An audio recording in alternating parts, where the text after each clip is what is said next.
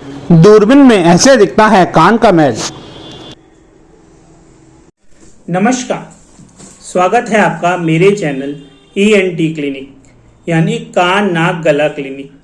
जैसे कि आप इस नाम से ही जानते हैं, ये क्लिनिक जुड़ा है कान नाक और गले के इलाजों से। आज हम आपके सामने बात करेंगे जो मैंने प्रैक्टिस में सबसे ज़्यादा कॉमन प्रॉब्लम देखी है, यानी कान में खुजली होना। आप जब भी देखेंगे आसपास कोई ना कोई आपको बंदा मिल जाएगा, या तो वो कान में खुजला रहा होगा, या कान में माचिस की तिल्ली से खुजली कर रहा होगा, या सुई से खुजली कर रहा होगा। ये कॉमन प्रैक्टिस है आम लोगों में। पर क्या आप जानते हैं क्या ये प्रैक्टिस बहुत ही खतरनाक है? क्योंकि जब आप माचिस की तिल्ली या सुई से कान खुजला रहे होते हैं तो क्या होता है, आप अपना कान तो खुद देख नहीं सकते।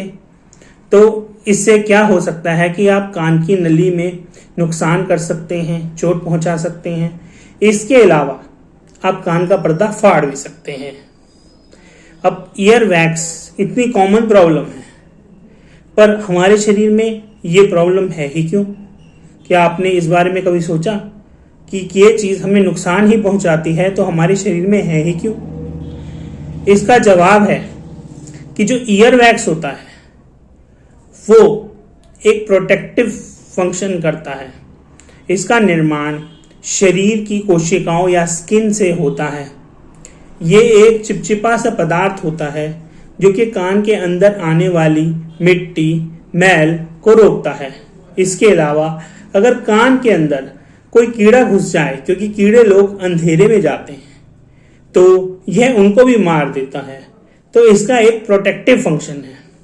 क्योंकि ये नॉर्मल फंक्शन है तो वैक्स का निकलना भी एक नॉर्मल ही फंक्शन है।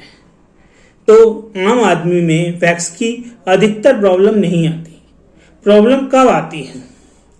प्रॉब्लम तब आती है जब वैक्स कान में जमा हो जाता है। अब आप सोचेंगे वैक्स बनता कैसे है? जो वैक्स होता है यह मिश्रण होता है मोम का, जो कि नॉर्मल सेक्रीशन होती है, जिसको हम सेरोमिन कहते हैं। इसके अलावा ईयर कैनाल की जो टिश्यूज होती हैं, कोशिकाएं होती हैं, वो और गंध। अब आप सोचेंगे कि यह अंदर फैलता कैसे है? अमूमन ये एक नेचुरल चीज है। वैक्स बनता है और खुद ब खुद निकल जाता है। किसी किसी व्यक्ति में क्या होता है, जो ईयर कैनाल होती है वो थोड़ी छोटी होती है, उस कारण से वैक्स अपने आप बाहर नहीं निकल पाता। इसके अलावा कई लोगों में कुछ प्रवृत्ति होती है कान में कुछ सामान यूज करने की, जैसे कि ईयरफोन्स, हियरिंग एड। जब आप कान में ऐसी सब चीजें करेंगे तो नेचुरल वैक्स का जो रिमूवल होता है वह कम हो जाता है और वैक्स अंदर इकट्ठा हो जाता है। इसके अलावा सर्दियों में वैक्स की प्रॉब्लम ज़्यादा आती है, क्योंकि ठंड होने के कारण वैक्स जम जाता है। तो ये एक 3 कारण होते हैं कि ये समस्या हमारे सामने क्यों आती है। अधिकतर जब ये समस्या आती है, मनुष्य या जो व्यक्ति होता है वह इन चीज़ों से पीड़ित होता है। सबसे पहला, उसे कान में खुजली होती है। दूसरा, उसे कान में कुछ भारी भारी सा लगता है। तीसरा, उसे कान में लगता है कि सुनाई की कमी हो गई है। चौथा, उसे ये लगता है कि मेरे कान में कुछ आवाजें आ रही हैं। पांचवा या सबसे रेयर बात यह होती है कि कभी कभी कान में वैक्स इकट्ठा होने से बंदे को चक्कर की अनुभूति भी हो सकती है, पर यह बहुत रेयर है।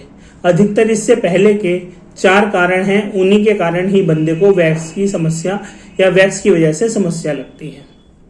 इसके बाद हम बात करेंगे कि अगर वैक्स जो अधिकतर होता है कि अगर कान में वैक्स जमा हो तो बंदा उसे खुजलाने की कोशिश करता है, क्योंकि ये वैक्स कान में एक इरिटेंट, एक एलर्जन का काम करता है।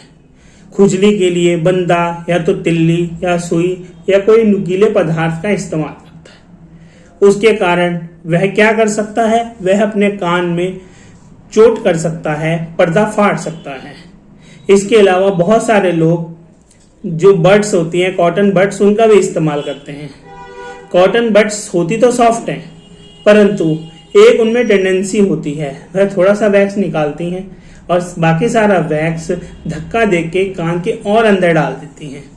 क्योंकि ईयर कनाल बाहर से बड़ी और अंदर से छोटी होती है, तो जब उनको ये समस्या होती है तो वैक्स जो पहले बड़ी जगह में होता है अब छोटी जगह चला जाता है, जिसके कारण कान में और ज़्यादा प्रेशर महसूस होता है और सुनाई में भी और ज़्यादा कमी हो जाती है। तो ये थी वैक्स। वैक्स जो है वह हमारे कान में जो है सेल्फ क्लीनिंग मैकेनिज्म है। वैक्स बनता है और खुद ब खुद निकल जाता है। अगर कान की जो नली है वह छोटी है तो वैक्स नहीं निकल पाता है। उन्हीं कारणों से वैक्स नहीं निकलता। इसलिए अगर किसी के भी कान में वैक्स है या उसे लग रहा है कि कान में खुजली है या कान में कम सुनाई दे रहा है, तो वह खुद कुछ ना करते हुए तुरंत एक ईएनटी सर्जन या डॉक्टर के पास जाए। प्रायः हम क्या करते हैं, हम कान में डालने के लिए ड्रॉप्स दे देते हैं। ऐसी ड्रॉप्स को वैक्स ड्रॉप्स कहा जाता है। तो वैक्स ड्रॉप डालने के कारण जो वैक्स होता है वह पतला हो जाता है और खुद ब खुद नेचुरल प्रोसेस से बाहर निकल जाता है। क्योंकि कई बार वैक्स इकट्ठा होने से एक बड़ा ढेला बन जाता है जो कि कान से निकल नहीं पाता। ड्रॉप डालने से वह पतला और खुद सॉल्युबल होके बाहर निकल जाता है। अगर ड्रॉप डालने के बाद भी वैक्स नहीं निकलता तो कई ऐसे प्रोसेस होते हैं जैसे कि सिरिंजिंग, जिससे कान के अंदर हम एक सॉल्यूशन की मदद से वैक्स को निकाल सकते हैं। इसके अलावा माइक्रोस्कोप द्वारा भी एंडोस्कोप से हम वैक्स को निकाल सकते हैं। इसके बाद मैं आपको दिखाना चाहता हूं कि कान का वैक्स एंडोस्कोप से कैसे नजर आता है या दूरबीन से कैसे नजर आता है, क्योंकि हम सब अपना वैक्स तो खुद देख ही नहीं पाते। मैंने भी किसी मरीज का वैक्स एंडोस्कोप से देखा था, तो वही आपको मैं दिखाना चाहता हूँ। तो चलिए मेरे साथ। ये आप देख सकते हैं कि दूरबीन के द्वारा कान का वैक्स कैसा नज़र आता है। ये काला काला ये सारा वैक्स है। वैक्स इतना ज़्यादा है कि हम कान का पर्दा देख नहीं पा रहे हैं। तो यहाँ मैं अपना संवाद आपके साथ ख़त्म करता हूँ। अगर आपको इस एपिसोड में कुछ चीज़ ना समझ आई हो तो आप कमेंट में मुझसे क्वेश्चन पूछ सकते हैं और मैं खुश होऊंगा अगर आपकी कोई प्रॉब्लम आए और मैं उसका कुछ निवारण कर पाऊँ। अगर आपको मेरी ये वीडियो पसंद आई हो तो इस चैनल को लाइक व सब्सक्राइब ज़रूर करें। आपके लाइक व सब्सक्राइब करने से हमें हौसला मिलता है और ऐसी वीडियो हम आपके सामने लाते रहते हैं। तब तक के लिए मुझे विदा दें और अगले एपिसोड और कमेंट्स में मुझे ज़रूर बताएं कि अगले एपिसोड में आप कौन सा टॉपिक मेरे द्वारा बताया जाना चाहते हैं। तब तक के लिए नमस्कार।